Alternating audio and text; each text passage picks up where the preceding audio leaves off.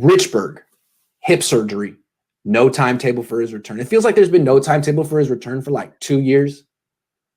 No injury guarantee in his deal. They can cut him. Seems like they're going to cut him. What do you think of, before we look to the future, let's look to the past.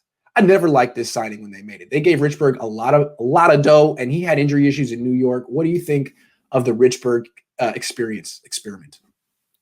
Lack of experiment. I mean, he hasn't been on the field, man. Like, what sample size do we have to pull from him for them to like make this free agent signing and then have him to have these injuries? Also, you know, we have to look at this in hindsight. Yeah, in hindsight, it was a bad play. Even in real time, I would have to agree with you. It was a bad play. Yeah. Why would you sign this guy to that big money deal and then further compound that problem by him being injured? And then now you're stuck with damaged goods. He's just sitting there. He's like a sitting duck. I mean, me and you do the same exact thing he does. His final year on the Giants, he missed 12 games. Richburg.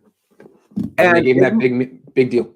And isn't it funny that you mentioned that? And what happened when they signed Cohn Alexander? He had a torn ACL. He had coming off a season where I think he missed 10 games. There you go. And so when they talk about we got bad luck with injuries, nah, man, you make bad decisions on injured players. Boom. Boom. You know? And you do it all. It's like, if for a team, you might want to take a risk here and there. Like Jason Verrett was the right kind of risk to take. It didn't cost you much, but the Niners do it all the time, and it's going to even out to the point where it's going to bite you. You're doing it too much.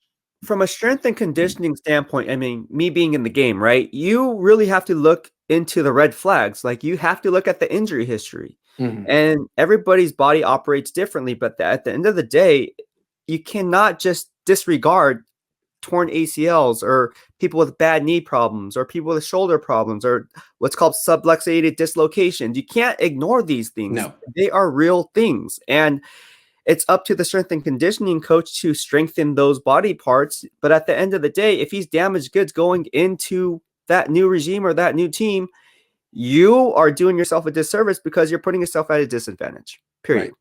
Right. I think it shows that the Niners are either too confident in modern science and surgeries, or they just don't look at the full picture. They're looking at the film, what they show on tape. To me, the full picture is also your injury history. How clean are you? Because if you've already missed 12 games in a season, you're getting older. Football gets more violent every year. I mean, the players get bigger, faster, stronger every year.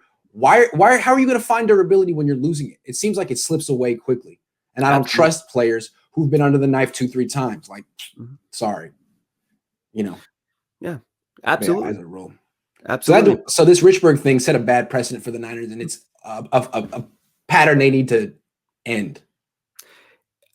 You think it would, but who knows what happens in free agency, Grant? They might say, oh, this guy's a bargain free agent. Let's go get him. So Ryan and I are going to go through all the different free agent scenarios in a minute, and that's something to keep in mind. People with injury histories, just say no. The Niners, maybe for another team that's been cautious and conservative, you can take one risk, but the Niners have taken like 12. So enough. Yeah. You know, they're like addicts.